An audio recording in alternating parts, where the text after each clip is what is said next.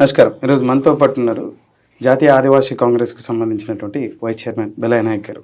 ప్రస్తుతం జరుగుతున్నటువంటి తెలంగాణ పలు రాజకీయ అంశాల మీద మాట్లాడారు. నమస్తే. నమస్తే. చాలా రోజుల తర్వాత టైం ఇచ్చినావు. కాంగ్రెస్ పక్కా ఈసారి గెలుచుంది, ధోరణి దింపుతామని చెప్పేసి అన్నారు, దింపారు. అయితే వచ్చి 20 రోజులు కూడా కాలే మీరు ఏవైతే హామీలు ఇచ్చారో నెరవేర్చట్లేదని చెప్పేసి పెద్ద ఎత్తున దాడి మొదలెట్టింది బీఆర్ఎస్ పార్టీ. ఎలా చూస్తున్నారు? అంటే బీఆర్ఎస్ నాయకులు అసలు కాంగ్రెస్ గెలుస్తుందని, వాళ్ళ ప్రభుత్వాన్ని రాకుండా ఉంటామని, అధికారం కోల్పోతామని చెప్పి అనుకోలేదు. ఎందుకంటే అధికారంతో వచ్చినటువంటి డబ్బు, ఆ డబ్బుతో జరిగినటువంటి దోపిడీ ద్వారా వచ్చిన డబ్బు, ఆ డబ్బుతో వచ్చినటువంటి అహంకారంతో కళ్ళు బయలుగా ఉన్నాయి.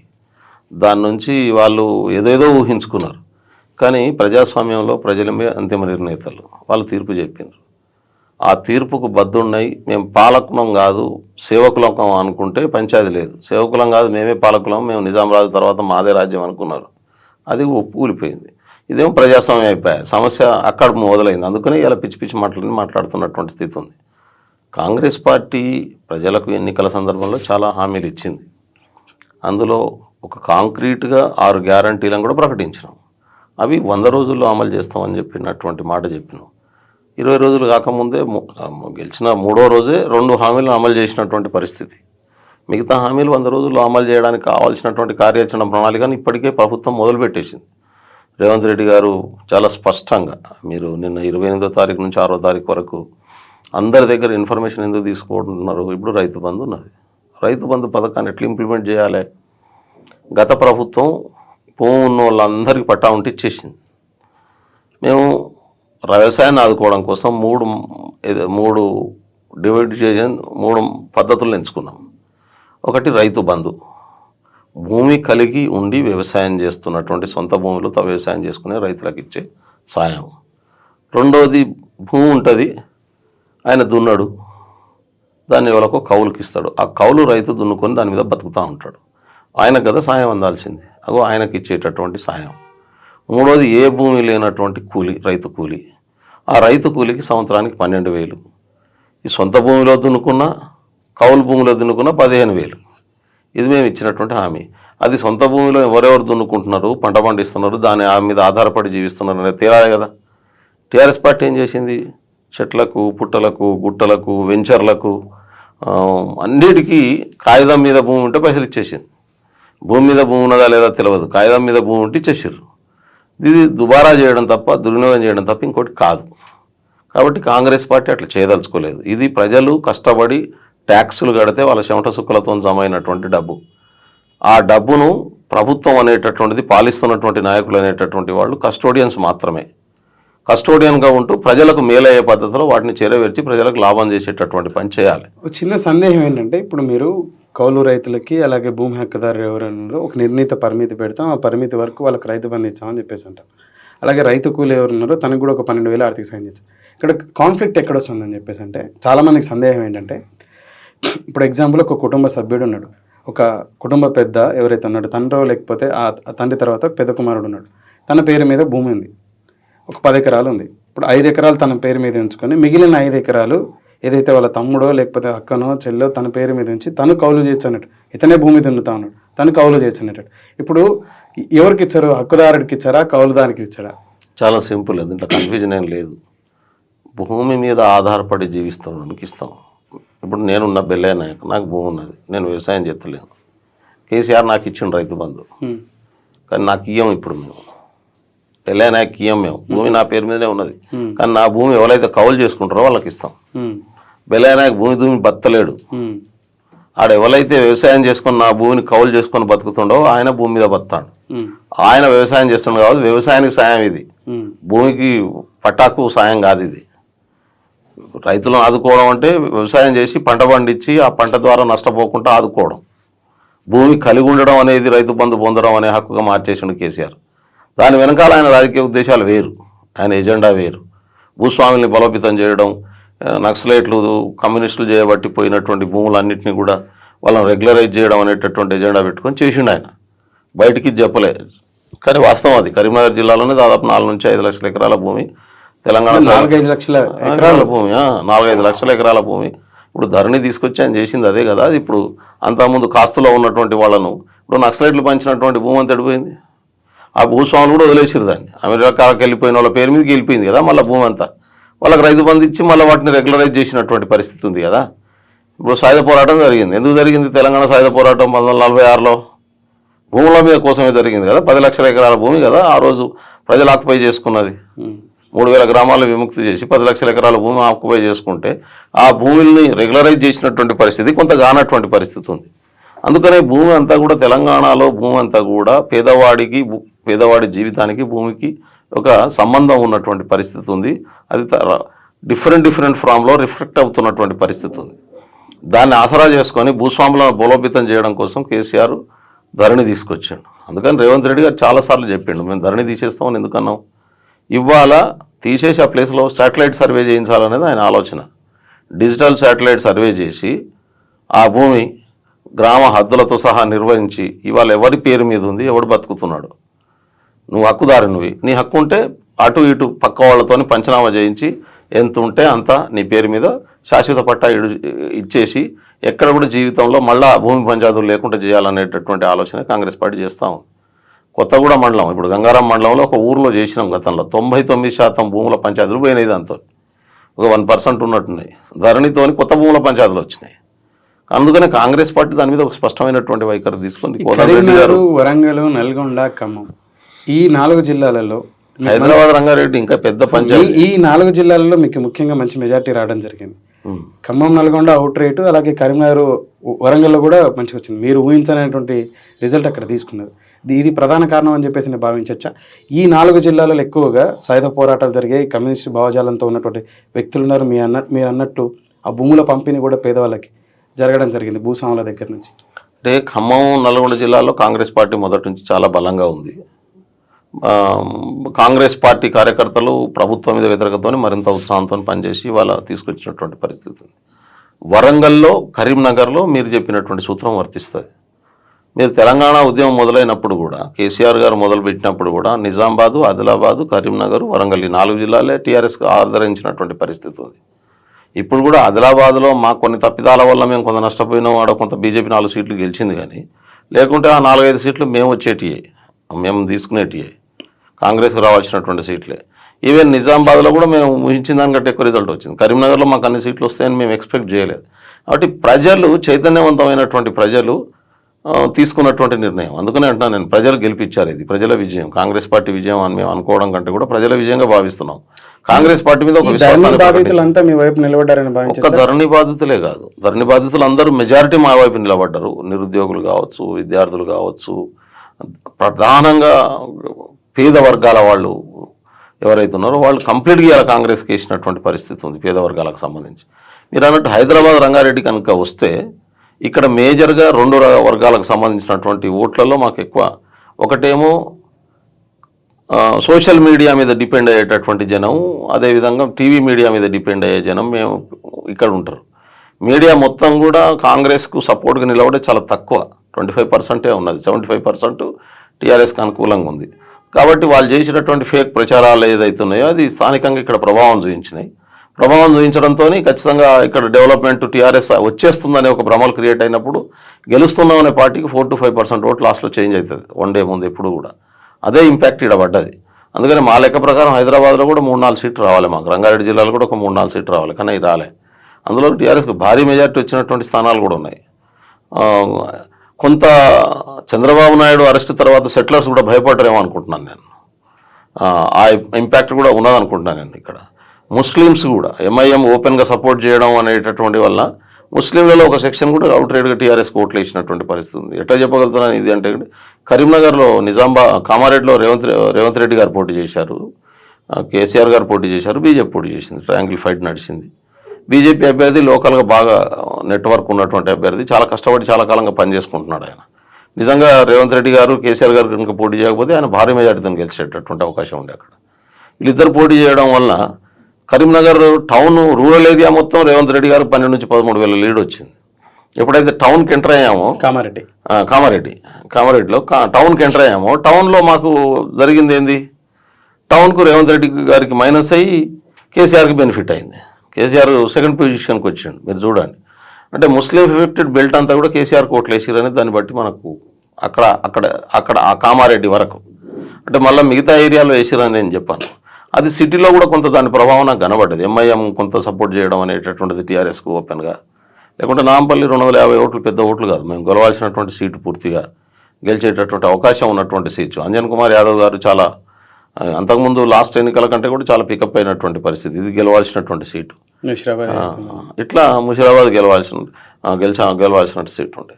మన గద్దరన్న అమ్మాయి వెన్నెల గారు కంటోన్మెంట్ నుంచి గెలవాల్సినటువంటి సీటు. పక్కనే ఉన్నటువంటి నియోజకవర్గాలు 50,000 60,000 ఇవాళ ఈ ఓట్లన్నీ కూడా వన్ సైడ్ అవుతున్నటువంటి క్రమంలో దాని ఎఫెక్ట్ వీటి మీద కూడా పడ్డది అనేది నేను అనుకుంటా ఉన్నాను. కాబట్టి ఇంకా లోతులో పోయి దీన్ని విశ్లేషించుకోవాల్సినటువంటి అవసరం ఉంది. అయితే రేపు పార్లమెంట్ ఎన్నికలకు నాటికి ఈ సీన్ అంతా మారిపోతుంది. మీరు చూడండి, మొత్తం వన్ సైడ్ అవుతుంది కాంగ్రెస్. కేటీఆర్ గారు కూడా అదే చెప్పుకొస్తున్నారు, సీన్ మారుతుంది, అలర్ట్ అయ్యాం. తప్పుడు ప్రచారాలు మీరు అన్నారు, ఫేక్ ప్రచారాలు వాళ్ళు చేశారని కాదు, పెద్ద ఎత్తున ఫేక్ ప్రచారం 4 యూట్యూబ్ ఛానల్లో పెట్టుకొని, నేను పేర్లు ఎందుకు, మీరు రెగ్యులర్గా వాళ్ళ దగ్గరికి వెళ్తూ ఉంటారు కానీ వాళ్ళ ద్వారా ఎప్పుడు ప్రభుత్వాన్ని విమర్శించి తప్పుడు ఒక ప్రచారాలను తీసుకెళ్ళి మభ్యపెట్టే ప్రయత్నం చేశారు ప్రజల్ని, ముఖ్యంగా నిరుద్యోగ యువతని.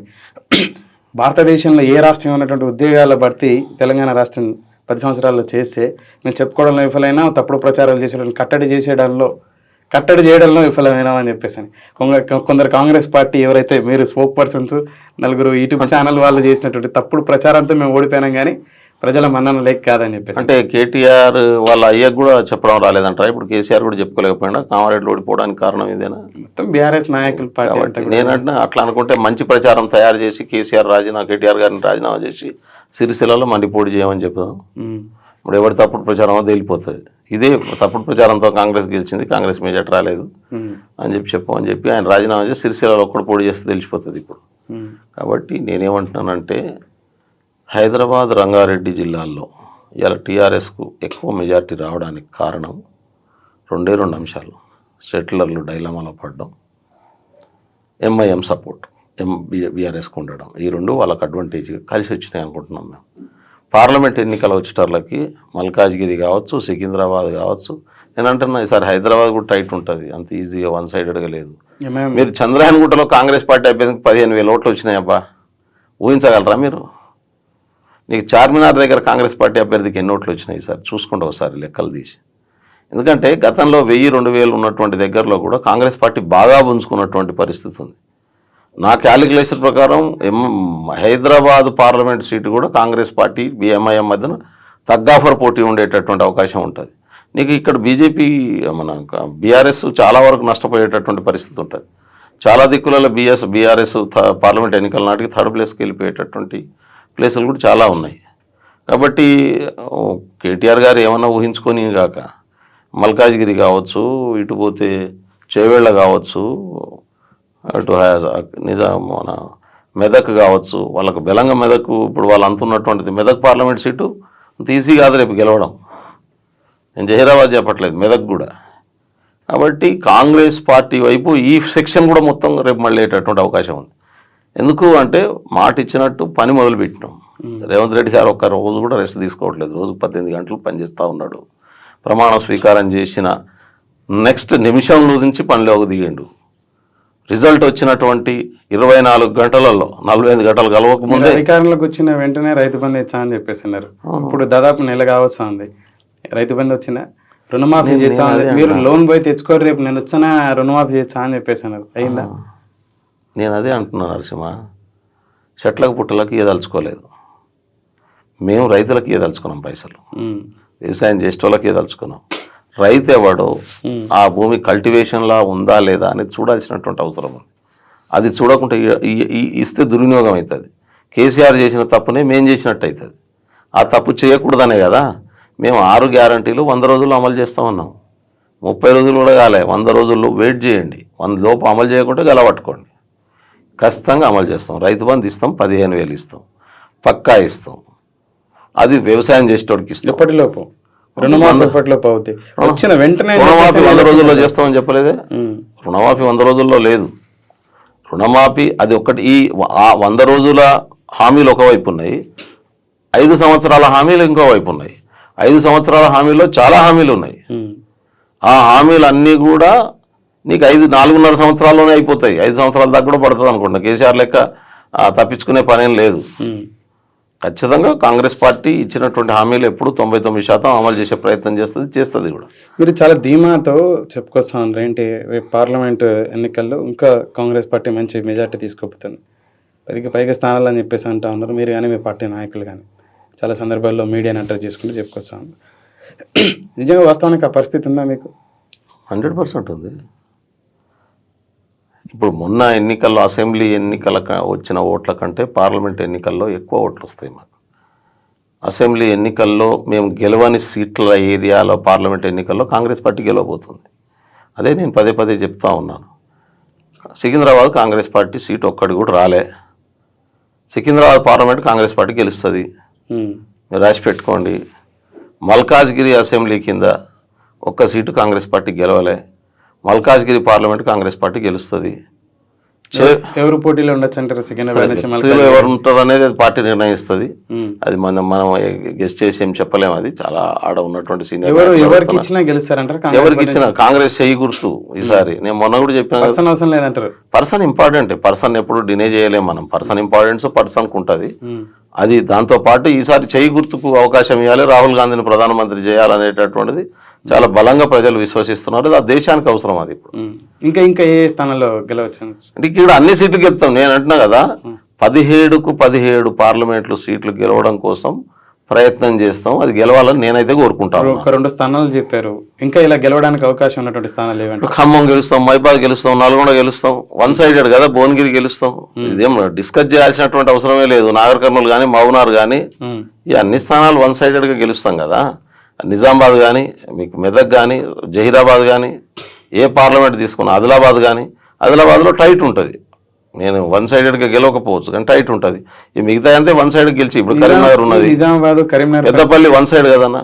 2,55,000 మెజార్టీ వచ్చింది నిన్న మాకు అసెంబ్లీ సెగ్మెంట్లో వైపు చూసుకుంటే. 2,40,000 మెజార్టీ మైబాద్లో వచ్చింది. 2,35,000 మెజార్టీ ఖమ్మంలో వచ్చింది. పార్లమెంట్ సెగ్మెంట్ వైపు చూసుకుంటే ఒక్కొక్క పార్లమెంట్ సెగ్మెంట్లో. నల్గొండ చూసుకుంటే 2 లక్షలు మెజార్టీ వచ్చినటువంటి పరిస్థితి ఉంది. ఆల్రెడీ అసెంబ్లీ ఒక్కొక్క పార్లమెంట్లో ఉన్నటువంటి 7 అసెంబ్లీలో వచ్చినటువంటి మెజార్టీ చూసుకుంటే ఇప్పుడు ఒక్కొక్క పార్లమెంట్లో ఇది ఉన్నది పరిస్థితి. కాబట్టి మాకు మైనస్ ఉన్నటువంటి పార్లమెంట్లు కూడా ఉన్నాయి, కొన్ని లేవని నేను అన్నాను. కరీంనగర్ నిజామాబాద్ పరిస్థితి ఏంటంటే, కరీంనగర్ నిజామాబాద్ కూడా గెలుస్తూ ఉంటాను. పర్సెప్షన్ అదే అంటున్నా నేను. బండి సంజయ్ గారి పోటీలో అక్కడ నిజామాబాద్ బండి సంజయ్ అసెంబ్లీ ఓడిపోయింది కదా బ్రదర్. లాస్ట్ టైం కూడా అసెంబ్లీ ఓడిపోయింది, పార్లమెంట్ గెలిచింది కదా. రెడ్డి గారు కూడా కొడంగల్ ఓడిపోయింది, మల్కాజిగిరి గెలిచింది కదా. అందుకని 2 పార్లమెంట్ ఎన్నికలు వేరు, అసెంబ్లీ ఎన్నికలు వేరు. కానీ ఇప్పుడు 3 ఎంపీలు సిట్టింగ్లు. అప్పుడు ఆయన ముందు బండి సంజయ్ అంతకుముందు సిట్టింగ్ ఎంపీ కాదు, సిట్టింగ్ ఎమ్మెల్యే కూడా కాదు. ఆయన కార్పొరేటర్ నుంచి వచ్చి పోటీ చేసిండు. పాపం ఆయనకు అవకాశం ఇచ్చింది పార్టీ, పోటీ చేసిండు. నేను తప్పు పట్టాను, ఎమ్మెల్యే గెలిచిండు. నిన్న ఇప్పుడు సిట్టింగ్ ఎంపీగా పోటీ చేసిండు ఆయన. ఈ 3 ఎంపీలు కూడా బీజేపీ ఎంపీలు పోటీ చేసిన వాళ్ళు కన్సర్న్డ్ సిట్టింగ్ ఎంపీలుగా ఉండి కన్సర్న్ వాళ్ళ కింద ఉన్నటువంటి అసెంబ్లీ సెగ్మెంట్లో పోటీ చేసి ఓడిపోయారు. అటు ధీమాగా గెలుస్తాం అనేటటువంటి సీటు. ఆశ్చర్యకరంగా మిగతా సీట్లలో బీజేపీ గెలిచినటువంటి పరిస్థితి ఉంది. ఎంపీలుగా నిజంగా ఎవరు తక్కువ ఫైట్ చేసిరని నేను అనను. అరవింద్ గారు తక్కువ ఫైట్ చేసినాను, బండి సంజయ్ గారు పార్టీ కోసం తక్కువ పని చేసినానని నేను అనను. ఎందుకంటే నిరంతరం ఆయన పార్టీ ప్రజలకు కూడా నిరంతరం పనిచేసినటువంటి పరిస్థితి ఉంది కదా. అయినా ప్రజలు ఆయనను ఆదరించలేదు కదా. ఆయన పార్లమెంట్ సెగ్మెంట్ కింద ఉన్నటువంటి సొంత అసెంబ్లీలో కూడా అంటే టఫ్ ఇచ్చిండు. చివరి వరకు కొంత టఫ్లో తక్కువ మార్జిన్తో ఓడిపోయిండు. Will respect that. కానీ పార్లమెంట్ ఎన్నికలకు వచ్చేటర్లకు ఇప్పుడు 10 సంవత్సరాల నుంచి బీజేపీ కదా అధికారంలోకి ఉంది కేంద్ర ప్రభుత్వంలో. ఇప్పుడు తెలంగాణకు కనీసం విభజన హామీలే అమలు చేయనటువంటి పరిస్థితి ఉంది కదా బీజేపీది. కాబట్టి వీళ్ళు కొత్తగా ఓట్లేస్తే వీళ్ళు సాధించి తెచ్చిపెట్టేది ఏమున్నది? వీళ్ళ ప్రయోజనం ఏమున్నది? రెండోది, కేంద్ర ప్రభుత్వం కాంగ్రెస్ అధికారంలో రాబోతుంది రేపు. కాబట్టి కాంగ్రెస్ పార్టీకి అధికారం ఇవ్వడం వల్ల ప్రయోజనం వస్తుంది. భారత రాజ్యాంగాన్ని రక్షించే పనిచేస్తున్నటువంటి రాహుల్ గాంధీ ప్రధానమంత్రి కావడం వల్ల దేశం బాగుపడుతుంది. పేద వర్గాలకు ప్రయోజనం వచ్చేటటువంటి అవకాశం ఉంటుంది. పేద వర్గాలు నిలబడుకునేటటువంటి అవకాశం ఉంది. సామాజిక న్యాయం అమలయ్యేటటువంటి అవకాశం ఉంది. అందుకనే ఇవాళ ఈ పార్లమెంట్ ఎన్నికలు ఖచ్చితంగా ఒక రాహుల్ గాంధీ గారిని ప్రధాని చేసేటటువంటి కోణంలో జరిగేటటువంటి అవకాశం ఉంది. కాబట్టి అది ఎక్కువ అడ్వాంటేజ్ అవుతుంది కాంగ్రెస్ పార్టీకి. అక్కడ కూడా కాంగ్రెస్ పార్టీ నుంచి ఏ పర్సన్ వచ్చినా నిజామాబాద్లో కానీ లేకపోతే కరీంనగర్లో లేదా ఒక పెద్ద స్టాలు డబ్బున్న వ్యక్తి ఇట్లా ఎవరిని సెలెక్ట్ చేసుకుంటే గెలిచే అవకాశం ఉంటారు. పార్టీకి పనిచేసిన ఏ వ్యక్తినైనా అని చెప్పేసి అవకాశం ఉందంటారు. ఎవరికి ఇచ్చినా గెలుస్తారు. అంటే అక్కడ పాపులర్ అయి ఉండాలి, జనాలకు అందుబాటులో ఉండేటటువంటి పేరు. రెండోది, ఆయనకు పట్ల ఒక పాజిటివ్ ఒపీనియన్ ఉన్నటువంటి పేరు. డబ్బులు ఉంటే గెలుస్తారు అనేది భ్రమ. కేసీఆర్ గారు బీఆర్ఎస్ నాయకులు మొన్న పెట్టిన తక్కువ పైసలు పెట్టిరా, మరి ఎందుకు ఓడిపోయారు అందరూ? అంటే పైసలతో గెలవడం కాదు, ఎలక్షన్కు కావాల్సినటువంటి ఎక్స్పెండిచర్ చేసుకోగలగాలి. ప్రచారానికి సంబంధించి కార్యకర్తలు తిండి పెట్టుకోవడానికి, రిసీట్స్ ఇంటింటికి పోల్ చిట్టీలు పంచుకునేటటువంటి పబ్లిసిటీ మెటీరియల్ గుర్తును చూపించుకోవడం కోసం అట్టవల్స్ కండువాల్స్ ఇవన్నీ కూడా నీకు వ్యాస్ట్ ఏరియా కదా పార్లమెంట్ అనేది. పైసలు పంచితే పార్లమెంట్ గెలవరు, పాలసీ మీద పార్లమెంట్ గెలుస్తారు, పర్సెప్షన్ మీద పార్లమెంట్ గెలుస్తారు. పాలసీ ఓరియంటెడ్ గా పార్టీ ఐడియాలతో వెళ్ళేటువంటి వ్యక్తులకు మనకి టికెట్లు కనీసం పార్లమెంట్ అసెంబ్లీలో ఇవ్వలే, మరి పార్లమెంట్లో ఇచ్చే అవకాశం ఉందంటే ఇస్తారు. ఎందుకు ఇయర్ ఖచ్చితంగా ఇస్తారు, ఇచ్చే అవకాశం ఉంది. ఇట్లే ఇప్పుడు వచ్చినట్టు బిల్ అయినాక అసెంబ్లీ ఎన్నికలు అయ్యేంత వరకు పార్టీ కష్టపడిన వాళ్ళకే టికెట్లు వచ్చాయని చెప్పేసి ఈసారి పారాచూట్ వాళ్ళకి గట్టుకోకుండా భారత్ జోడో యాత్ర ద్వారా రాహుల్ గాంధీ గారు అలంపూర్ నుంచి ఆదిలాబాద్ వరకు నడవడం జరిగింది. తను ఇక్కడ పరిస్థితుల్ని ఆకలింపు చేసుకున్నాడు. నిజంగా ఎవరు కష్టపడతా ఉన్నారు, వాళ్ళకి మాత్రమే పైసలు ఉన్నట్లకి హెలికాప్టర్లో 4 రోజుల ముందర ఎదిగేటోళ్ళకి పైరవీలు చేసుకునేటోళ్ళకి టికెట్ రావన్నారు.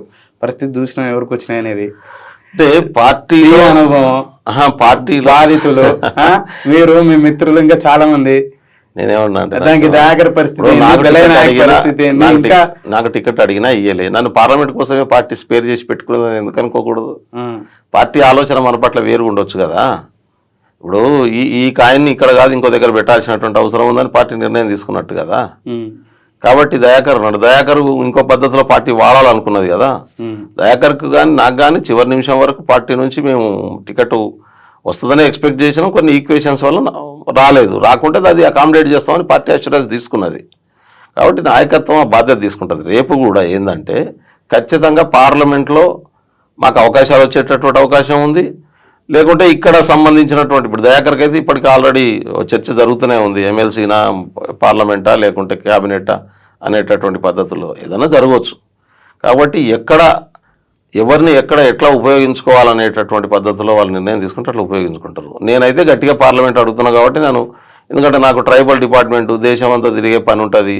లోకల్ కాన్స్టిట్యున్సీలో ఎట్లాగో ఎమ్మెల్యేలు మాకు 6 ఎమ్మెల్యేలు గెలుచున్నారు, ప్రభుత్వం ఉంది, వాళ్ళే లోకల్ జనరల్గా ప్రభుత్వం తీసుకునేటటువంటి నిర్ణయాలన్నీ కూడా గ్రౌండ్కు తీసుకెళ్ళి ఎగ్జిక్యూట్ చేసేటటువంటి బాధ్యతలు తీసుకుంటారు ఎమ్మెల్యేలు.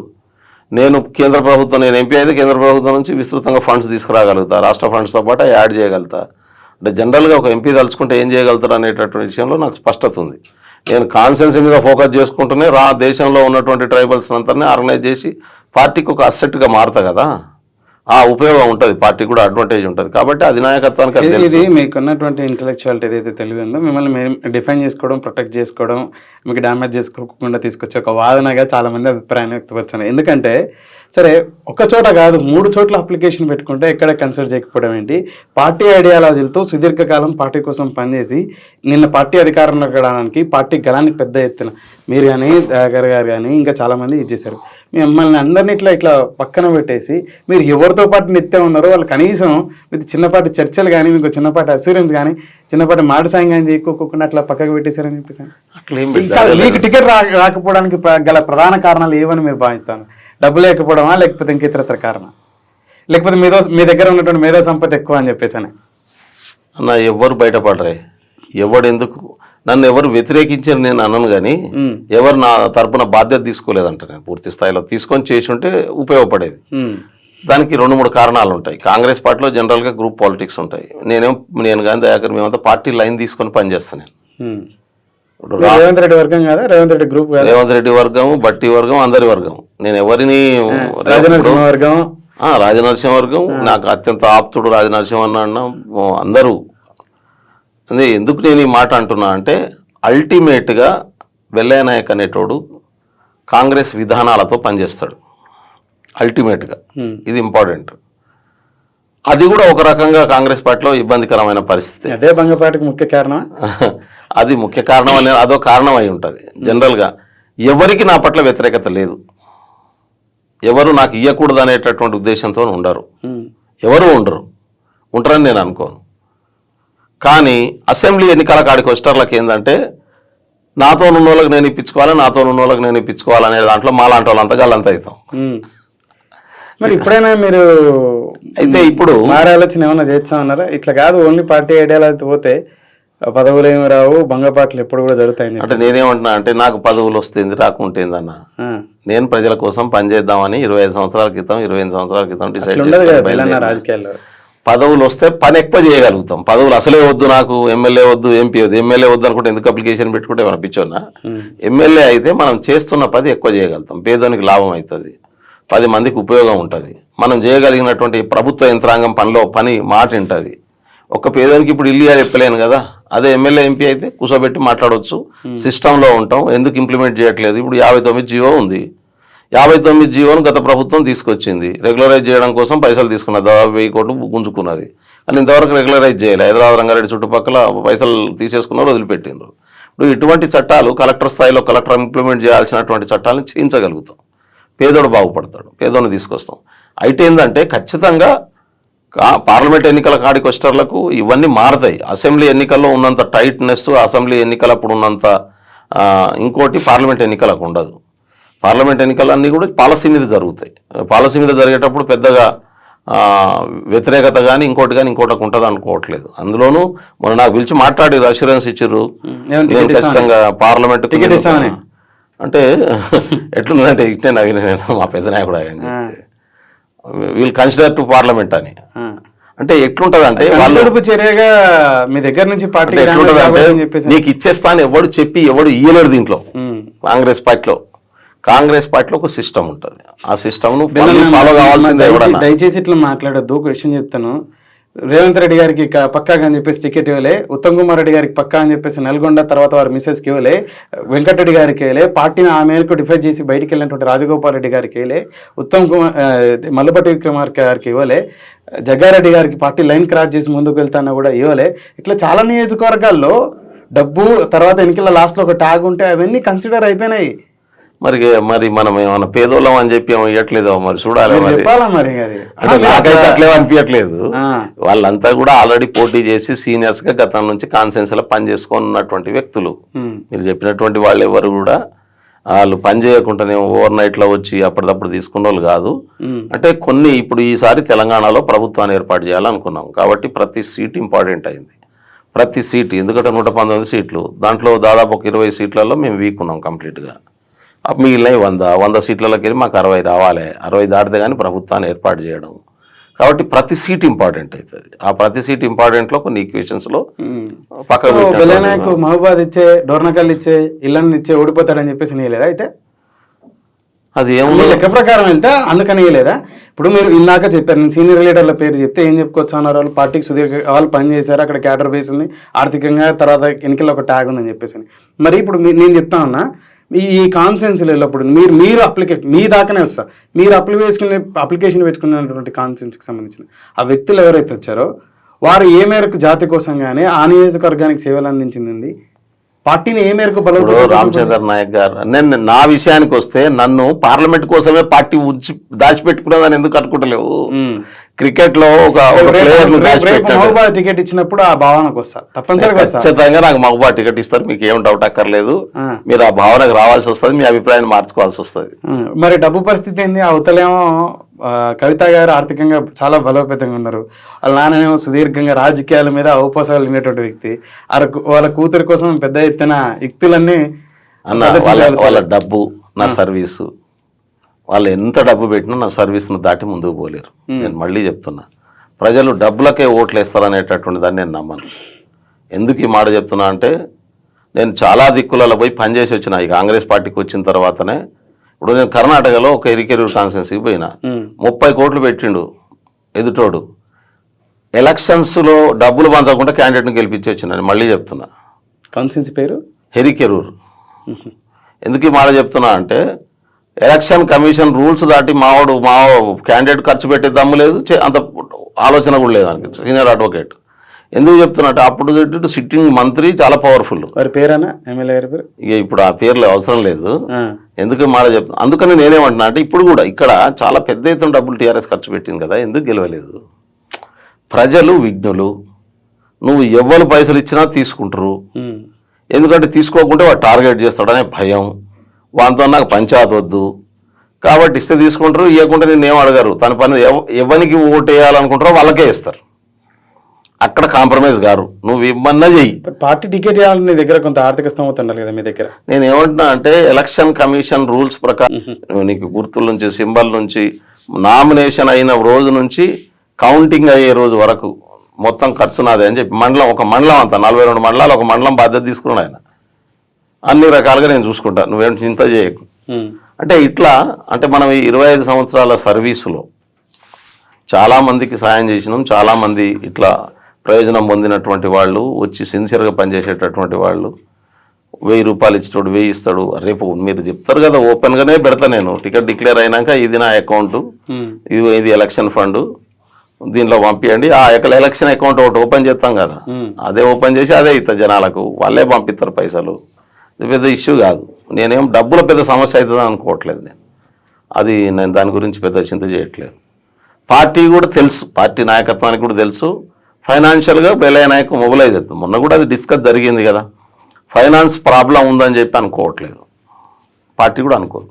2018తో పోల్చుకుంటే 23 లంబాడి సోదరులకి నాయకులకి తక్కువ సీట్లు ఇచ్చింది కాంగ్రెస్. అయినప్పటికీ కూడా మీ సామాజిక వర్గం ఎక్కడైతే ఉందో వాళ్ళంతా కూడా కాంగ్రెస్లో ఓన్ చేసుకునేదని. దీనికల్లా ప్రధాన కారణం ఏమని చెప్పేసి అంటారు? అంటే తక్కువ సీట్లు ఇవ్వలే కాంగ్రెస్ ఈసారి కూడా. 2018 ఎన్నికల్లో నేనే ఉన్నప్పుడు ఢిల్లీలో నేషనల్ వైస్ చైర్మన్గా నేనే ఉన్నా, ఇప్పుడు కూడా వైస్ చైర్మన్. లాస్ట్ టైం ఎవరికి ఇచ్చారు? ఇల్లందు హరిప్రియకి ఇచ్చిండ్రు, హరిప్రియ నాయక్ గారికి ఇచ్చిండు, కోరం కనకయ్య గారికి ఇచ్చిండు, ఇప్పుడు కనకయ్యకి ఇచ్చినాం. కానీ లాస్ట్ టైం మేము బోధు స్వయం బాబురావుకి ఇచ్చినాం కదా. మొత్తం 12 సీట్లు ఉన్నాయి ఇక్కడ ట్రైబల్స్. 12 అసెంబ్లీ సీట్లలో 6 లంబాడాలకు 6 ఆదివాసులకు అనేటటువంటి తీర్మానాన్ని లాస్ట్ టైము పార్టీ కేంద్ర పార్టీ దగ్గర మేమే చేయించినాం. నేను దాంట్లో నా పాత్ర కూడా ఉంది. ఎందుకంటే కిషోర్ చంద్రదేవ్ గారు అప్పుడు చైర్మన్గా ఉండే, అప్పుడు పెట్టించి మొత్తం సీట్లు ఎవరెవరికి ఎక్కడికి ఇవ్వాలనేటటువంటిది ఒక పాలసీని డిసైడ్ చేసిండ్రు. ఈసారి కూడా 6 సీట్లు ఇచ్చిండ్రు. ఆదిలాబాద్లో 2 సీట్లు, ఖమ్మంలో 1 సీటు, నీకు వరంగల్లో 2 సీట్లు, నల్గొండలో 1 సీటు, మొత్తం 6 సీట్లు లంబాడ సామాజిక వర్గానికి ఇచ్చిండ్రు. ఇది ఎక్కువ కావాలని, ఎందుకంటే మొత్తం ట్రైబల్ పాపులేషన్లో లంబాడి సామాజిక వర్గం జనరల్ సీట్లు కూడా అడిగారు మీరు. జనరల్ సీట్ కూడా ఒక 2 ఇవ్వాలని అడిగినాం. పార్టీ కూడా ఆలోచించింది దాని మీద. 2 సీట్లలో కనీసం 1 సీట్ అయినా జనరల్లో ఇద్దాం అనేది ఆలోచించింది. ఎందుకంటే కర్ణాటకలో మేము అడిగితే 1 ఇచ్చిండ్రు, అది గెలిచినాం మేము. అంతకుముందు ఛత్తీస్గఢ్లో 3 అడిగితే ఇచ్చినాం లాస్ట్ ఎన్నికల్లో. ఈ ఎన్నికల్లో నేను ఛత్తీస్గఢ్కు నాకు పంపించలేదు, ఎందుకంటే మనదే అసెంబ్లీ ఎన్నికలు అని చెప్పి ఇక్కడే సీరియస్గా ఉండడం ఆపినటువంటి పరిస్థితి. ఈసారి ఇవ్వలేదు. అట్లా ఎక్కడైతే అడిగినామో, నేను బాధ్యత తీసుకున్నప్పుడు అడిగిన కాడ తీసుకున్న కాడ గెలిపించిన పరిస్థితి ఉంది. అందుకని ఇక్కడ కూడా నాకు పార్టీ ఇన్స్ట్రక్షన్ ఇచ్చింది, ఒక్క జనరల్ సీట్ సామాజిక వర్గం 119 నియోజకవర్గాల్లో ఎన్ని నియోజకవర్గాలు ఇన్ఫ్లుయెన్స్ చేసే పరిస్థితి ఉంటారు? అంటే ఇన్ఫ్లుయెన్స్ చేస్తుందా లేదా నాకు తెలియదు, కానీ ఓటు బ్యాంక్ ఉన్నది. ఉన్న కాడ లంబాడి నియోజకవర్గాలు, ఇప్పుడు లంబాడి కానీ గోండు కానీ కోయ కానీ మేజర్గా 3 తెగలు మన దగ్గర ఉన్నాయి.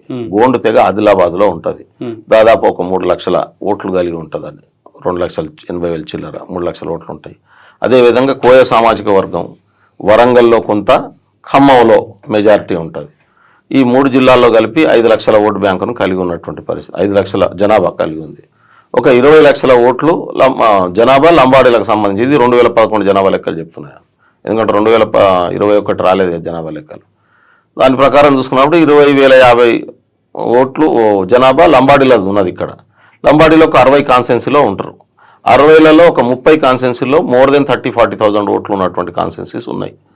ఇది మేజర్గా లంబాడీల ప్రభావం ఉన్నది. అయితే ఈసారి కంప్లీట్గా మొత్తం ట్రైబల్స్లో ప్రధానంగా లంబాడీ తెగ అయితే కంప్లీట్గా ఇవాళ కాంగ్రెస్ వైపు మళ్ళినటువంటి పరిస్థితి ఉంది. దానికి ట్రైబల్ డిపార్ట్మెంట్ విగరస్గా పనిచేసింది. రేవంత్ రెడ్డి గారు కూడా దాని మీద ప్రత్యేకమైనటువంటి శ్రద్ధ తీసుకున్నటువంటి పరిస్థితి ఉంది. తను పిసిసి అధ్యక్షుడు అయిన తర్వాత ఆదివాసులను ఒకవైపు, లంబాడీలను ఒకవైపు, ఈ 2 సామాజిక వర్గాలని పార్టీ వైపు మళ్లించడం కోసం చాలా కృషి చేసిండు. మొదటి సభ మేము ఇంద్రవెల్లిలో పెట్టాం. దళిత గిరిజన ఆత్మగౌరవ దండోరా ఏదైతుందో, ఒకవైపు దళితుల్ని గిరిజనుల్ని ఒకప్పుడు కాంగ్రెస్ ఓటు బ్యాంక్గా ఉన్నటువంటి బేస్ని ఏదైతుందో దాన్ని బలోపేతం చేయాలనే ఉద్దేశంతో దళిత గిరిజన ఆత్మగౌరవ దండోరా సభలని కూడా 4 మేజర్ సభలు అయినాయి. తర్వాత గజ్వేల్లో లాస్ట్ ముగింపు సభ అయినటువంటి పరిస్థితి. దాని నుంచి ఒక సెక్షన్ అంతా పోయింది. రెండోది డిక్లరేషన్ ఏదైతే చేసినామో, SC/ST డిక్లరేషన్ చేసినామో, ప్రతి పంచాయతీలు అయినాయి. ఇప్పుడు తండాల పంచాయతీలు కావాలని మేము కొట్లాడినాం, వచ్చినాయి. ఇప్పుడు తండాలు దాదాపు 3,000 పంచాయతీలు అయినాయి. అక్కడ ఇన్ఫ్రాస్ట్రక్చర్ లేదు, డెవలప్మెంట్ లేదు. ప్రతి పంచాయతీకి 2,525 లక్షల రూపాయలు పర్ ఎవర్ ఇస్తామని చెప్పినాము. అసైన్ ల్యాండ్లు 25 లక్షల ఎకరాల భూమి ఉంటుంది SC/STలో. మేజర్ దాంట్లో పేదల వర్గాల్లో SC/STలు ఉంటారు. వాళ్ళకి ఇచ్చినటువంటి భూమి గతంలో ఇందిరాగాంధీ అప్పుడు ఈ పట్టాలు ఇస్తామనేటటువంటిది అష్యూరెన్స్ ఏదైతే ఉన్నదో విత్ కండిషనల్గా, అది మేజర్ ఇంపాక్ట్ పడేసినటువంటి పరిస్థితి. ఇండ్లకు సంబంధించినటువంటి స్కీమ్ 6 లక్షల రూపాయలు ఎస్సీలకు ఇస్తామని చెప్పి డిక్లేర్ చేసినాం. అది ఎందుకంటే ప్రత్యక్షంగా నేను తండాలలో పోయి తండానిద్ర కార్యక్రమాన్ని ఆగస్టు 9 నాడు అంతర్జాతీయ ఆదివాసీ దినోత్సవం రోజు జరిపించిన నేను. ప్రతి నాయకుడు, పెద్ద నాయకుడు పోయి తండాలో పన్నాడు, ప్రతి నాయకుడు పన్నాడు, మా నాయకులంతా కూడా మాణిక్రావు ఠాకరేతో సహా పన్నాడు. ప్రతి తండాలో ఒక తండా గూడెలలో పండుకున్నాం, ట్రైబల్ విలేజ్లో పండబెట్టినాం. దాని నుంచి ఏమైందంటే ఒక కనెక్టివిటీ పెరిగింది. కనెక్టివిటీ పెరగడంతో మేజర్గా ఈ కమ్యూనిటీ అంతా ఇవాళ 90% కాంగ్రెస్ వైపు షిఫ్ట్ అయినటువంటి పరిస్థితి ఉంది. ఒక 40-50 నియోజకవర్గాలు గెలుపులో వీళ్ళ పాత్ర ప్రధానంగా ఉందని చెప్పేసి భావించవచ్చా? 40 నుంచి 50 నియోజకవర్గాలు. దీంట్లో మీ కృషి ఇంత అంటే ఏంటంటే మేజర్ నాకు కృషి ఉంటుంది. ఎలా అంటే నేను ట్రైబల్ డిపార్ట్మెంట్ ఇన్ఛార్జి ఇచ్చిన, మోటివేట్ చేసిన. రెండోది నేను గత 25 సంవత్సరాల నుంచి ట్రైబల్ కోసమే పనిచేస్తూ ఉండడం ఏదైతుందో దానికి ట్రైబల్స్ నాకు ఆ గౌరవం ఉన్నది, గుర్తింపు ఉన్నది. నేను చెప్పడం బెల్లన చెప్తే మా కోసం ఆలోచిస్తాడు, మా కోసం పనిచేస్తాడు కాబట్టి నేను చెప్పేది కరెక్ట్గా ఉంటుంది అనేది ఒక నమ్మకం మా ప్రజలకు ఉన్నది. చెక్ చేసుకుంటారు అట్లా. రెండవది ట్రైబల్కు సంబంధించినటువంటి అది గోండు కావచ్చు, కోయ కావచ్చు, లంబాడి కావచ్చు, ఏ తెగన కావచ్చు, నష్టం చేసేటటువంటి పని మా సొంత పార్టీ చేసినా నేను ఊకోననే విషయం, నేను దానికి కౌంటర్ చేస్తానే విషయం వాళ్ళకి తెలుసు. రాహుల్ గాంధీ నాతో ఫస్ట్ టైం కూర్చున్నప్పుడు ఇదే మాట అన్నాడు కదా, రేపు నా గవర్నమెంటే వస్తుంది, నేనే ట్రైబల్కి వ్యతిరేకంగా ఒక పాలసీ తీసుకుంటా, ఏం చేస్తామని అడిగిండు. నేను నీతో ఫైట్ చేస్తా అని చెప్పిన. I won't compromise with you at the cost of my people's life. I won't compromise with you. నా ప్రజల జీవితాలని కంటే కూడా నేను కాంప్రమైజ్ అయిపోయాను. హగ్డ్ మీ వచ్చి మంచిగా హగ్ ఇచ్చిండు, చెప్పి ఐఎమ్ అప్రిషియేట్ యూ అన్నాడు. ఎందుకంటే ఆ విషయంలో నేను ఇప్పుడు కూడా చెప్తున్నా, మై ఇంటెన్షన్ ఈజ్, ఇప్పుడు 300 సంవత్సరాలు బతకనికి రాలే, అన్ని వర్గాల కోసం అందరూ పనిచేసే వాళ్ళు ఉంటారు, కానీ ట్రైబల్స్ కోసం పనిచేసేటటువంటి నాయకత్వం ఈ సమాజంలో ఎన్జిఓలు పనిచేసినటువంటి తండాలని పంచాయతీ చేయడంలో కానీ ఇంకా దాదాపు 25 సంవత్సరాల నుంచి LHPS లంబాడి హక్కుల పోరాట సమితి లంబాడులకు ఎక్కడైనా ఏ అన్యాయం జరిగినా మన ఫెడరేషన్ చాలా ఫైట్ చేయడం జరిగింది. నిన్న టికెట్ రానప్పుడు కానీ ఇంకా చాలా సందర్భాల్లో జాతి ఎందుకు మిమ్మల్ని ఇంకా ఓన్ చేసుకోలేకపోతాం, జాతి అంతా ఓన్ చేసుకొని ఒక దశలో రాకపోతే మరి ఎందుకని జాతి బయటకు వచ్చి రావాల్సిందని చెప్పేసి అని అడగాలి కదా. దాన్ని ఎందుకు రావాలి అంటున్నా. అదే తప్ప అంటున్నాను నేను రానియలే. అట్లా ఎట్లా వస్తుంది నాకు? మీరు అది తప్పది. పార్టీ తీసుకున్నది ఒక నిర్ణయం తీసుకున్న దాన్ని గౌరవించాలి మనం. నన్ను కొన్ని 100,000 మంది ఫోన్లు చేశారు, మేము వస్తాం, ధర్నా చేస్తాం, అది చేస్తాం, ఇది చేస్తాం. నో, ఇప్పుడు ఇవాళ నేను ఎందుకు అంటున్నా అంటే అది నేను ప్రొటెస్ట్ చేసిన, నేను ఒక్కనే ప్రొటెస్ట్ ఎందుకు చేసిన, నేను ప్రొటెస్ట్ చేసిన వీడియో కూడా తీసుకోండి. నాకు పార్టీకి వ్యతిరేకంగా చేయలే. నేను ఎమ్మెల్యే టికెట్కు ఎక్కడ అనర్హున్నో చెప్పండి, అనర్హుని ఈ అంశాలు మీలో తక్కువ ఉన్నాయి, ఈ పికప్ చేసుకో అంటే పికప్ చేసుకుంటా. లేకుంటే నెక్స్ట్ టైం కూడా ఇదే సమస్య వస్తుంది కదా, ఈ అంశాలు నీలో తక్కువ ఉన్నాయి, నీకు అంటే ఆ క్యాండిడేట్కు బెటర్గా ఉన్నాయి అనే అంశం నేను చెప్తే నాకు బాగుంటుంది అంటే అది మాట్లాడారు నాతో నాయకత్వం పిలిచి, చాలా స్పష్టంగా మాట్లాడారు, అందులో ఏం డౌట్ లేదు. నీకంటే ఇప్పుడు ఒక్కొక్క కాన్ఫరెన్స్లో వాళ్ళు గ్రౌండ్లో పట్టుకొని పనిచేసినటువంటి పరిస్థితి ఉంది, నీకు పార్టీ సముచితమైనటువంటి గౌరవం ఇస్తుందనే మాట చెప్పినారు. అందుకని నేనేమంటున్నా అంటే, నేనేమన్నా రోజు నన్ను ఏం చేస్తారో చెప్పండి, ఏ మార్గంలో తీసుకెళ్తారో చెప్పండి, నాకున్నటువంటి లోపాలు ఏందో చెప్పండి, నాకు ఇంకా సరి చేసుకోవాల్సిన అంశాలు ఏందో చెప్పండి. ఇదొకటి నాకు సరి చేసుకోవడం కోసం. రెండో వైపు ఇచ్చినటువంటి క్యాండిడేట్లను మార్చొద్దు, మళ్ళీ నేను వాళ్ళని తీసేసి నాకు ఏమని అడగలే ఒకసారి ప్రకటన అయిన తర్వాత. ఎందుకంటే ఎంత నష్టం జరుగుతుందో నాకు తెలుసు. అట్లా దానికి పార్టీకి నష్టం జరుగుతుంది. ఒకరిని ఇచ్చేసి తీసేసి నాకు ఇచ్చిరనుకో, దాని మీద ప్రకటించిన క్యాండిడేట్ మీద సానుభూతి వస్తుంది. దాంతో ఏమవుతుంది, నాకు ఇచ్చినా నేను గెలవడం ఇబ్బంది అవుతుంది, దాంతో పార్టీ ఓడిపోతుంది. ఇప్పుడు ఇక్కడ 60 సీట్లలో ప్రతి సీట్ ఇంపార్టెంట్ అయినప్పుడు గెలవడం అనేది చాలా కీలకం అవుతుంది. అదే నేను ఆలోచించిన. రెండో ముఖ్యమైనటువంటి అంశం ఏంటంటే, టీఆర్ఎస్ను ఓడించాలని చెప్పి జనాలకు తయారు చేసి, జనాలు ప్రిపేర్ చేసి ఓడించడానికి కావాల్సినటువంటి ఫైనల్ యుద్ధానికి తయారు చేయడంలో నా పాత్ర కీలకంగా ఉంది. అప్పుడు నాకు వ్యక్తిగతంగా టికెట్ రాలేదని కాంగ్రెస్ పార్టీకి నష్టం చేసిందనుకో, ప్రజలను క్షమించరు, ప్రజలకు నష్టం జరుగుతుంది. అది టీఆర్ఎస్ను ఓడించడం అనేటటువంటిది ప్రజల ఎజెండా, దాన్ని ఇంప్లిమెంట్ చేయడం కోసం నా సర్వశక్తులు ఓడిన. అందుకనే నాకు టికెట్ రావడానికి 1 రోజు 2 రోజులు బాధపడ్డా, మళ్ళీ గ్రౌండ్లో దిగిన. నాకు పార్టీ కూడా పిలిచి మాట్లాడింది, ఇమీడియట్గా స్టార్ క్యాంపెయినర్ బాధ్యతలు ఇచ్చింది. మొత్తం 14-15 కాన్ఫరెన్స్లు అప్పచెప్పారు, అన్ని తిరిగినా, అప్పచెప్పని కాన్ఫరెన్స్లు కూడా తిరిగిన.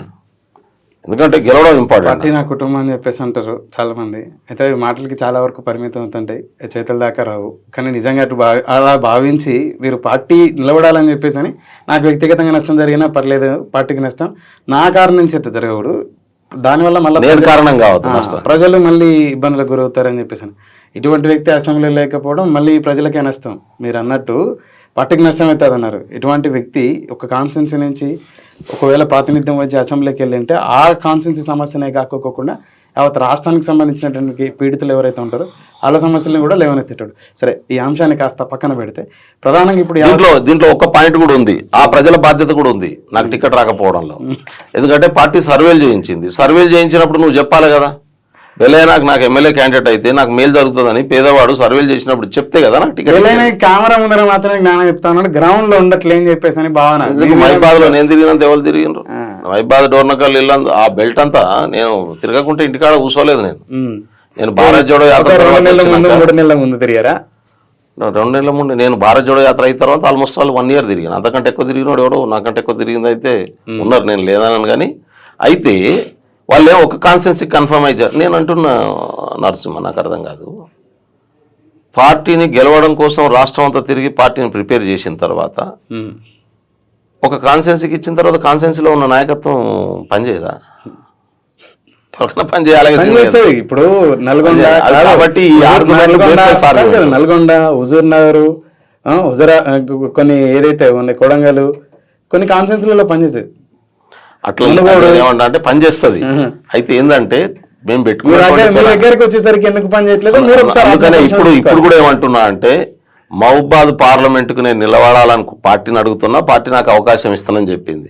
కానీ ఆ బాధ్యతలో మహబూబాద్ నియోజకవర్గ ప్రజలు కూడా పాల్పంచుకోవాలి. రేపు మీ దగ్గరికి వచ్చేటటువంటి సర్వేకి వచ్చేటటువంటి వ్యక్తులను బెల్లనాయకే టికెట్ ఇవ్వండి అని చెప్పాల్సినటువంటి బాధ్యత మహబూబాద్ ప్రజల మీద కూడా ఉంది. మహబూబాద్ లో ఉన్న పేద ప్రజలు ఎవరైతే ఉన్నారో, మహబూబాద్ పార్లమెంట్ కింద ఉన్నటువంటి ములుగు కావచ్చు, నర్సంపేట కావచ్చు, విశ్వాసాన్ని నమ్మకాన్ని కల్పించినప్పుడు నేను ఎంపీ ఎందుకు పోటీ చేయాలి? ఇప్పుడు ప్రజల విశ్వాసం నా మీద లేనప్పుడు నేను అనర్హుణ్ణి. ఎవరైతే విశ్వాసం పొందుతారో వాళ్ళే పోటీ చేస్తారు. తప్పెట్లయితుంది అది? నేను అదే అంటున్నా. నేను అది ఎదుటోనికి మనం ప్రశ్నించడమే కాదు, మనకు కూడా వర్తింపజేసుకోవాలి కదా. ప్రజలు మనల్ని కోరుకున్నప్పుడు ఎందుకు పోటీ చేయాలి? ప్రజల్ని మనం కోరుకుంటే పోటీ చేయాలి. సరే అన్న, ఈ పార్లమెంట్ ఎన్నిక నుంచి వస్తా మనం బయటకు వస్తే ఇప్పుడు ప్రధానంగా తెలంగాణ అంతా 2 అంశాలు చర్చగా నడుస్తూ ఉంది. ఈ Kaleshwaram project, Medigadda project. BRS party ఏదైతే 10 సంవత్సరాల్లో చేసినటువంటి అప్పు 6 లక్షల పైచలకు, దాని మీద శ్వేతపత్రం వదిలి రాష్ట్ర పరువుని ఇచ్చామంటూ భారతదేశంలో ఘనంగా అభివృద్ధి చేశాం, రాష్ట్ర ప్రతిష్టని, కీర్తి ప్రతిష్టని పెంచే ప్రయత్నం ఏం చేస్తే వీళ్ళు దాన్ని ఎంత గలీజ్ చేస్తామన్నారు, పరువు తెచ్చామన్నారు అని చెప్పేసి కేటీఆర్ గారు కానీ బీఆర్ఎస్ నాయకులు చెప్పుకోవడం జరుగుతుంది.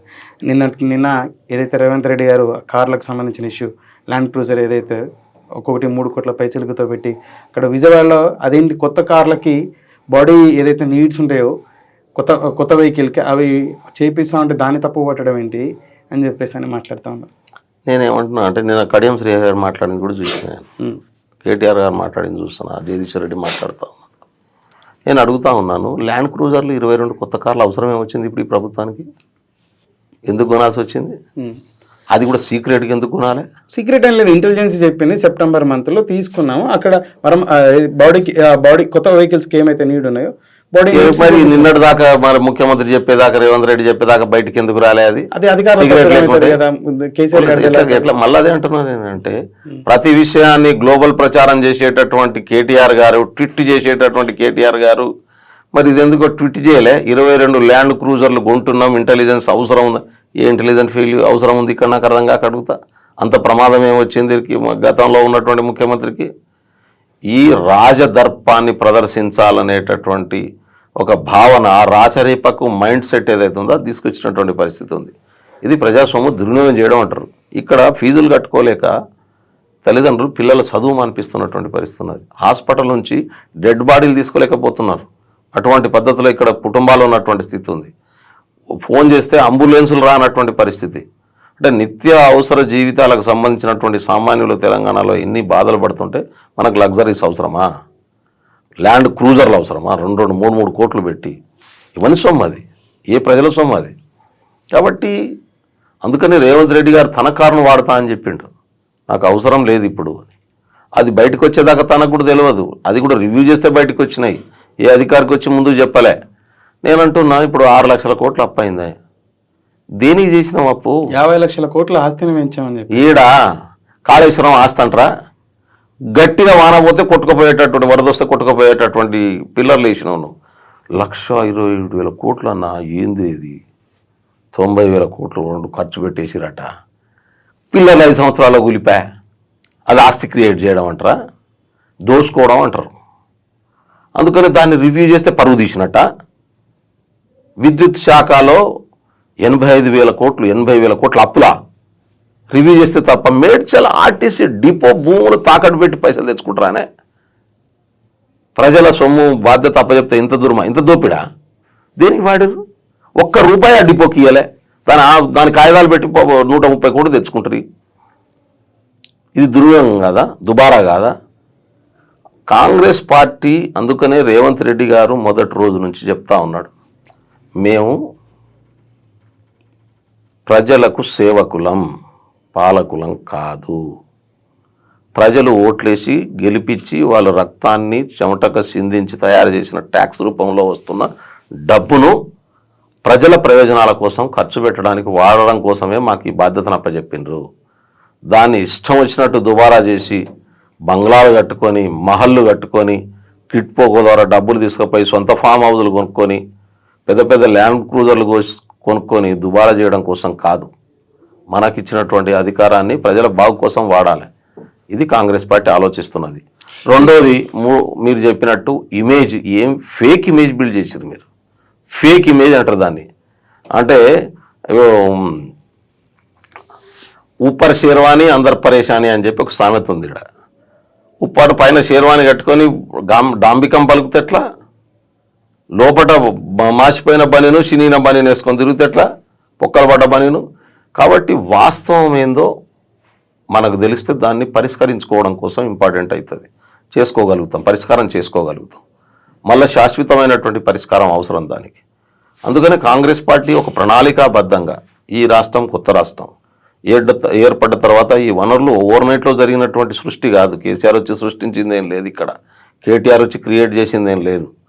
ఇక్కడ కొట్లాడి ప్రజలు ఆ 70 సంవత్సరాలు 60 సంవత్సరాలు కొట్లాడి రాష్ట్రాన్ని తెచ్చుకున్నటువంటి రాష్ట్రంలో ఈ ప్రజల ప్రయోజనాలు రీత్యా పోవాలి కదా. నోటిఫికేషన్ల కోసం ఆత్మహత్యల 15 పేపర్లు లీక్ అయినాయి. సిగ్గుపడాలి గత ప్రభుత్వం. దానికి బాధ్యత ఉన్నాడు.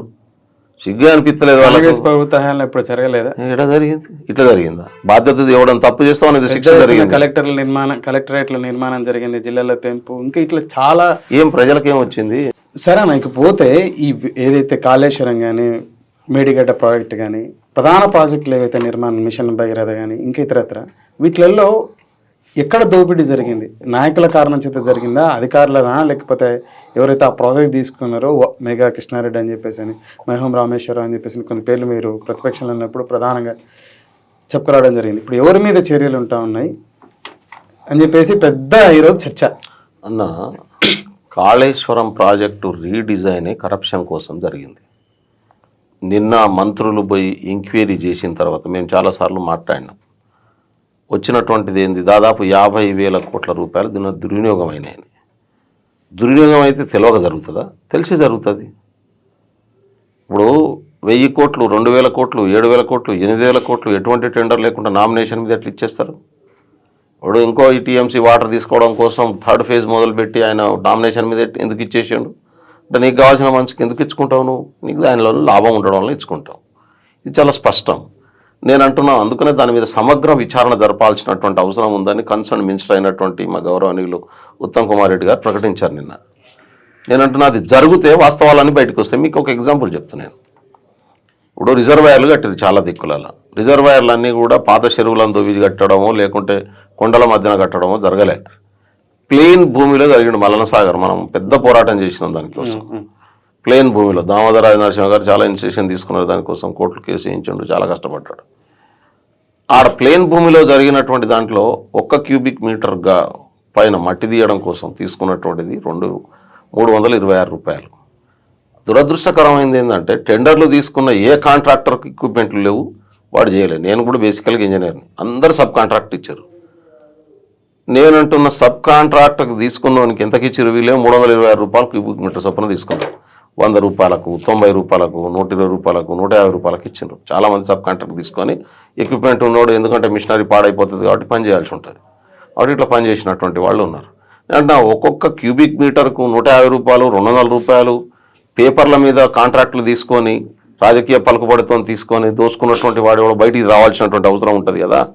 రెండవది డిజైన్ చేసినోడు ఎవడు, ఆ డిజైన్ను అప్రూవ్ చేసి ఎగ్జిక్యూట్ చేసేటప్పుడు దాన్ని కావాల్సినటువంటి బెడ్ లెవెల్ ఎట్లా పోసిర్రు, ఏ మెటీరియల్ వాడిర్రు, ఎంత వాడిర్రు, కాంక్రీట్ ఎంత వేసిర్రు, ఇదంతా కూడా టెక్నికల్ అంశాలు కూడా బయటికి రావాల్సినటువంటి అవసరం ఉంది కదా. అక్కడ ఫ్లో ఎంత ఉంది, వాటర్ ఫ్లో ఎంత ఉంది, దాని స్పీడ్ ఎంత ఉంది, దాంతో ఎంత స్ట్రాంగ్ను బిల్డ్ చేయాల్సినటువంటి అవసరం ఉంది, అంత జరిగిందా లేదా, ఎందుకు జరగలేదు, నాణ్యత లేనటువంటి పద్ధతిలో స్టీల్ కానీ సిమెంట్ కానీ వాడకం ఎందుకు జరిగింది, అది ఎందుకు కుంగిపోయే పరిస్థితి ఉంది, అది కుంగిపోతుందనే అంచనా ఎందుకు వేయలేకపోయినరు, ఇవన్నీ కూడా తేలాలి కదా. ఇప్పుడు ఎందుకంటే శాశ్వతంగా ఉండడం కోసం ఒక కట్టడం కడతాం, 4 రోజుల కోసం కాదు, 100 సంవత్సరాలు 1000 సంవత్సరాలు ఉండాల్సి ఉంటుంది ఒక కట్టడం కలితే. అటువంటి వాటిని ఇంత నాణ్యత లేనటువంటి పద్ధతిలో ఎందుకు కట్టిరు, 5 సంవత్సరాల్లో కుంగిపోయే పరిస్థితి ఎందుకు వచ్చింది, అవినీతి జరగకపోతే ఎందుకు కుంగిపోతుంది. కాంగ్రెస్ కేసీఆర్ గారు ముఖ్యమంత్రిగా ఉన్నప్పుడు స్వయాన ప్రకటించారు, తన మేధస్సునంతా రంగరించి కాళేశ్వరం ప్రాజెక్టును నేను తీసుకొచ్చిన ఎవరు చేయగలుగుతారా అంటే ఏ ఇంజనీర్ కాదు నేనే అని చెప్పేసి. కాబట్టి ఆ ఇంజనీర్ తీసుకొచ్చినటువంటి డేటా ఎంతో బయటపడాలి కదా ఇప్పుడు అని. అది ముఖ్యమంత్రి తప్పిదమేమున్నది, అధికారుల తప్పిదమేమున్నది, దీనివల్ల బాగుపడ్డాడు ఎవడు. అందుకని నేను ఇవాళ చెప్తా ఉన్నాను, మొత్తం దాని మీద ఎంక్వైరీ చేసి అధికారులతో సహా ఎవరెవరైతే దాంట్లో పాత్ర ఉందో వాళ్ళ మీద చర్య తీసుకోవాలి, వాళ్ళ ఆస్తులను కూడా జప్తు చేయాలి, చేసి ప్రభుత్వాన్ని రికవరీ చేయాల్సినటువంటి. కేసీఆర్ గారు సాక్షాత్గా మీడియాని అడ్రస్ చేసుకుంటే కాళేశ్వరిని నేనే రీడిజైనింగ్ చేశా అని చెప్పేసి, కానీ దాన్ని సుమటోగా తీసేసుకుని వారి మీద కేసు ఫైల్ చేసే అవకాశం ఉంది. బేసిక్గా ముఖ్యమంత్రి తీసుకున్నటువంటి నిర్ణయాల్ని అట్లా తీసుకోవడానికి ఛాన్స్ ఉండదు కేసు ఫైల్ చేయడానికి. అంటే నేనేమంటున్నా నరసింహ అన్న, మాకు కేసీఆర్ మీద వ్యక్తిగతంగా కోపం లేదు, పైగా ఆయన అంటే గౌరవం ఉన్నది. ఆయన మీదనే కాదు ఎవరి మీద మాకు వ్యక్తిగత కోపం లేదు, ద్వేషం లేదు. కానీ ప్రజల సొమ్మును కస్టోడియన్గా ఉన్నప్పుడు అది దొంగతనం జరగకుండా ప్రజలకు ఉపయోగపడేటట్టు చేయాల్సినటువంటి వాళ్ళు అధికారులు చేయకుండా, రాజకీయ నాయకులు చేయకుండా బాధ్యత వహించాల్సి ఉంటుంది. ఆ బాధ్యులు ఎవరు అనేది తేల్చడం కోసమే ఎంక్వైరీ. మీరు ఎవరు భావిస్తున్నారు, అధికారుల తప్పిదమనే రాజకీయ నాయకులు అందరూ ఉన్నారు అనుకుంటున్నా, అందరూ ఉన్నారు అనుకుంటున్నా. నేను అధికారులు మాత్రమే చేసిరు అనుకోవట్లేదు. ఖచ్చితంగా రాజకీయ నాయకుల పాత్ర ఉన్న దాంట్లో కాబట్టి అయింది, కాంట్రాక్టర్ల పాత్ర ఉంది కాబట్టి అయింది. ఆ కాంట్రాక్టర్లు దోసుకున్నది ఎంత, రాజకీయ నాయకులు దోసుకున్నది ఎంత, అధికారులు చేసిన తప్పిదాల వల్ల వాళ్ళు లాభపడ్డది ఎంత, ఇవన్నీ కూడా బయటికి రావాల్సిన. ముగ్గురు మీద చర్యలు ఉంటాయి లేదా అధికారుల మీద అది ప్రభుత్వం నిర్ణయిస్తుంది. అందరి మీద చర్యలు తీసుకోవాలని చెప్పి కాంగ్రెస్ పార్టీ కోరుకుంటున్నది, ప్రభుత్వానికి చెప్తుంది. లేదు కంటి తొడిపి చర్యలుగా ఏదో రాజకీయ ఆరోపణలు చేసి రాజకీయ లబ్ధి కోసం. ఇప్పుడు అది జరగక ముందే ఈ మాటలన్నీ ఎందుకు, జరిగినప్పుడు చూద్దాం, జరగకుంటే మీరు అన్నట్టు కంటి తొడిపి చర్య అనేది మాట్లాడదాం. ఇప్పుడు ఈ రివ్యూ మీటింగ్లతో ఆగిపోతారా లేకపోతే సిబిఐ ఎంక్వైరీ చేసే ప్రభుత్వం ఏమైనా ఆలోచనలు ఉందా? అంటే అది ప్రభుత్వం గతంలో రేవంత్ రెడ్డి గారు ఎంపీగా ఉన్నప్పుడే కాళేశ్వరంలో జరిగినటువంటి అవినీతి మీద, జరిగినటువంటి తప్పిదాల మీద, ఇక్కడ జరుగుతున్న దోపిడీ మీద చాలా రాతపూర్వకంగా కంప్లైంట్ చేసినటువంటి పరిస్థితి ఉన్నది హోంమంత్రి గారికి, కేంద్ర ప్రభుత్వానికి. నేను అంటున్నా బీజేపీకి నిజంగా చిత్తశుద్ధి ఉంటే అదే రోజు మొదలుపెట్టేది. బండి సంజయ్ గారు కూడా కంప్లైంట్ చేశారు కానీ మొదలు పెట్టలేదు. ఎందుకంటే వాళ్ళకు కూడా వాటా ఉండి ఉంటుంది, అవినీతిలో ఏమైనా పాలు పంచుకున్నారేమో తెలియదు కదా మనకు. కాబట్టి ఎందుకు ఆపుతారు జనరల్గా, ఏం అవసరం అని. స్వయాన ప్రధానమంత్రి గారు కాళేశ్వరం ప్రాజెక్టు కేసీఆర్ ఫ్యామిలీకి ఒక ఏటీఎం లెక్క తయారైపోయిందని వచ్చి చెప్పిపోయిన తర్వాత మరి దాని మీద చర్యలు తీసుకోవాల్సినటువంటి అవసరం ఉంది కదా. ఎవరు కంప్లైంట్ ఇవ్వకుండా చేయదు. ఇద్దరు బాధ్యతాయుతమైనటువంటి ఎంపీలు ఇద్దరు ఆ రోజు కంప్లైంట్ చేసినటువంటి పరిస్థితి ఉంది. ఇవాళ రాష్ట్ర ప్రభుత్వం పరిధిలో తాము కావాల్సినటువంటి పద్ధతిలో ముందు ఎంక్వైరీ చేస్తుంది, వాస్తవాలను బయటికి తీసుకురావడం కోసం. దాని మీద చేయాలనేటటువంటి నిర్ణయం మంత్రి గారు ప్రకటించారు కాబట్టి ఏ రకమైన చర్య మొదలైతుందో చూద్దాం, తొందరపడ్డాం ఎందుకు దాంట్లో. సరే, రాష్ట్ర ప్రభుత్వ ఆధీనంలో ఉన్నటువంటి సంస్థలతో ఒకవేళ నిజాలు ఏంటి అని చెప్పేసి వెలికి తీసే ప్రయత్నం చేస్తే, ఒకవేళ అవి బయటపడితే చర్యలు ఎవరినైనా ఉపేక్షించేది ఉండదు. ఓన్లీ కాంట్రాక్టర్లే అధికారులే బాధ్యతలు చేస్తారా? నిన్ననే మా ముఖ్యమంత్రి గారు కన్సర్న్ మంత్రి ప్రకటించిండ్రు, మొదటి రోజు నుంచి చెప్పిండ్రు, మా ఉద్దేశం ప్రజలకు మేలు చేయడం, ప్రజలను బాగు చేయడం, దానికోసమే పనిచేస్తాం, తప్పు చేస్తే గ్రాంటెడ్గా తీసుకోకండి, ఎవరిని వదిలిపెట్టామని చెప్పిండు. కాబట్టి ఖచ్చితంగా ఈ కేసులు కూడా అది వర్తిస్తుంది, చర్యలు ఉంటాయి, పక్కా ఉంటాయి. నాయకుల మీద అందరి మీద ఉంటాయి. ఎవరు తప్పు చేసిన వాళ్ళు వాళ్ళంతా బాధ్యులు అవుతారు. దీన్ని ఇప్పుడు నాటి అధికార పార్టీ, నేను ప్రతిపక్ష నాయకులు ఏం చెప్పుకొస్తున్నారంటే రాజకీయ కక్షత చేసినది. ఎగ్జాంపుల్ గోల బాలరాజు గారి విషయాన్ని తీసుకున్నా, గాదరి కిషోర్ గారి ఇష్యూ తీసుకున్నా, ఆర్మూర్కి సంబంధించిన జీవన్ రెడ్డి గారి ఇష్యూ తీసుకున్నా, ఇటువంటి వాయిస్ రావడం జరుగుతుంది. దీన్ని ఎలా చూస్తారు? నాకు తెలియక అడుగుతా. ఇప్పుడు రౌడీజం చేస్తుంది కాంగ్రెస్ అని చెప్పేసి అని. ఇప్పుడు ఆర్మూరు మాజీ ఎమ్మెల్యే జీవన్ రెడ్డి గారు ఉన్నారు. ఆర్టీసీ దగ్గర స్థలం లీజుకు తీసుకున్నాడు. స్థలం లీజు తీసుకొని ఒక బిల్డింగ్ కట్టిండు. బిల్డింగ్ కట్టి కిరాయికి ఇచ్చుకున్నాడు. కిరాయి నెలకు ₹1,00,00,000 వస్తున్నది. ఆర్టీసీకి కట్టాల్సిన డబ్బులు ఆర్టీసీకి కట్టాలి కదా. ఆ బిల్డింగ్ కట్టాల్సిన కరెంటు బిల్లులు కట్టుకోవాలి కదా. కరెంటు బిల్లులు ₹7,00,000 ప్రభుత్వానికి కట్టకుండా ఉంటే అది న్యాయమా? దాన్ని రేవంత్ రెడ్డి గారు కరెంటు బిల్లులు వసూలు చేయిపోర్రి అని చెప్పిండా? ఎప్పుడైతే ప్రభుత్వం పారదర్శకంగా ప్రజల కోసం పనిచేయాలని చెప్పి ఒకసారి నిర్ణయం తీసుకున్న తర్వాత ఎక్కడో అక్కడ పద్ధతి ప్రకారం పనిచేయాల్సి ఉంటుంది. ఇంతకుముందు టీఆర్ఎస్ ఏం చేసింది, మా నాయకులు కరెంటు దోసుకున్నా ఏమనొద్దు, ఇసుక దోసుకున్నా ఏమనొద్దు, భూములు కబ్జాలు పెట్టుకున్నా ఏమనొద్దు, భూములు ఇంకొని బెదిరించి రాయించుకున్నా ఏమనొద్దు అనేది నడిచింది. అక్కడ అది ప్రజాప్రభుత్వం కాదు కదా, అది టీఆర్ఎస్ దొరల ప్రభుత్వం. వాళ్ళకి కావాల్సినటువంటి పద్ధతులు నడిపించుకున్నారు. కానీ మేము ప్రజల ఓట్లతో వచ్చినాం, ప్రజల కోసమే పనిచేస్తాం, చట్ట పరిధిలోనే పనిచేస్తాం, న్యాయం ప్రకారం పనిచేస్తాం. ఎవరి మీద మాకు ద్వేషం లేదు, కోపం లేదు, ఎవరిని మాకు వ్యాండేటర్ లేదు. ఎప్పుడైతే ఇక్కడ క్యాబినెట్ రివ్యూ జరిగిందో మర్నాడు ఎలక్ట్రిసిటీ డిపార్ట్మెంటు అధికారులు నోటీస్ ఇచ్చారు, మాకు ₹7,00,000 బాకీ ఉన్నవా కట్టమని. దాంట్లో రాజకీయ కక్ష సాధింపు ఏముంటుంది దీంట్లో? అంటే ప్రభుత్వ సొమ్మును ఎగ్గొట్టి సొంత ఆస్తులుగా మార్చుకుంటే రాజకీయ కక్ష సొమ్ము కాదు. సరే అన్న, ఇప్పుడు ప్రభుత్వ సొమ్ముల్ని ఎగ్గొట్టి ఆర్టీసీ డబ్బును మైనింగ్ కానీ ఇతర దోచుకు తిన్నాయి, వీళ్ళ మీద ఖాళీ కేసులు వేసి జైలుకు పంపించడం జరుగుతుందా? వాటిని రికవర్ చేసేది ఏమన్నా ఆలోచన ఉందా? అంటే అది చట్ట పరిధిలో, ఇప్పుడున్నటువంటి చట్టాల పరిధిలో ఏమేమి రికవరీ చేయడానికి ఎంత పాసిబిలిటీ ఉంది, జైల్లోకి పంపించడానికి ఏం పాసిబిలిటీస్ ఉన్నాయో. అందుకనే లా టేక్స్ ఇట్స్ ఓన్ కోర్స్ అని ఎందుకు చెప్తారంటే, మనం భాష్యం చెప్పలేం దానికి. అక్కడ ఉన్నటువంటి లీగల్ ప్రొసీజర్ ఏదైతుందో దాని ప్రకారమే యాక్షన్ ఉంటుంది. మన విషస్ ప్రకారం యాక్షన్ ఉండదు. దాని ఎంక్వైరీ జరుగుతున్నప్పుడు ఏ పాయింట్లు అప్లికేబుల్ అవుతాయో ఆయా పాయింట్లు ఆ ఎంక్వైరీ ఆఫీసర్ దాని మీద ఇంప్లిమెంట్ చేస్తాడు. ఇక్కడ కాంగ్రెస్ పార్టీ నాయకత్వం కానీ లేకుంటే రేవంత్ రెడ్డి గారు ముఖ్యమంత్రి హోదాలో కానీ దాన్ని ఇన్ఫ్లుయెన్స్ చేసే పని చేయడు. దాంట్లో మేము చాలా క్లియర్గా ఉన్నాం. ఇన్ఫ్లుయెన్స్ చేసి మాకు అనుకూలంగా వచ్చే పని మేము చెయ్యం. ఈ 20 రోజుల్లో అటువంటి ఇన్ఫ్లుయెన్స్ ఏం చేయలేదంటారా? ఏం జరగలేదు. చూసి ఏమైనా ఉంటే మీరు చెప్పండి. మరి 20 రోజుల కాంగ్రెస్ పరిపాలన గురించి మీ అభిప్రాయం? అద్భుతంగా ఉంది. ఎందుకంటే ప్రజలు కోరుకున్న పద్ధతిలో ఉంది. ప్రజలు కూడా రిలాక్స్గా ఫీల్ అవుతున్నారు. గడి నుంచి, దొరతనం నుంచి, అణచివేత నుంచి బయటపడ్డం అనే ఫీలింగ్లో ఉన్నారు. మీకు ప్రగతి భవన్ ముందు బారికేడ్లు తీసేసి ప్రజాభవన్గా మార్చిన రోజు ప్రజల కేరింతలు చూడొచ్చు. బారికేడ్లు పెట్టిందే మీరని చెప్పేసి బారికేడ్లు పెడితే మీరెందుకు తీసేయాలి? ఉమ్మడి రాష్ట్రంలో తెలంగాణ ఉద్యమం నడుస్తుందని చెప్పి ఆంధ్ర పాలకులు పెట్టిండ్రు. తెలంగాణ రాష్ట్రం వచ్చింది, తెలంగాణ పాలకుడు అయినవు, ఎందుకు తీసేయలే? ఆయన ఎవడో మాట్లాడుతుండు, మా గో ఆయన పేరేంది, దేశపతి శ్రీనివాసు. 5 సంవత్సరాల తర్వాత ఇయ్యాలన్నా ఆయన గొంతు నేను మొన్న అసెంబ్లీ శాసన మండలిలో ఏదో కవిత్వం చెప్తుండు, గొప్పగా నాకు అర్థం కాదు.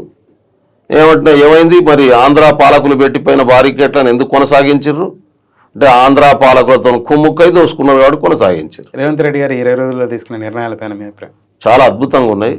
ఇదే పద్ధతిలో కొనసాగితే మొత్తం తెలంగాణలో ఉన్నటువంటి అన్ని సమస్యలు పరిష్కారం అయితే నాకైతే చాలా ఆనందంగా ఉంది.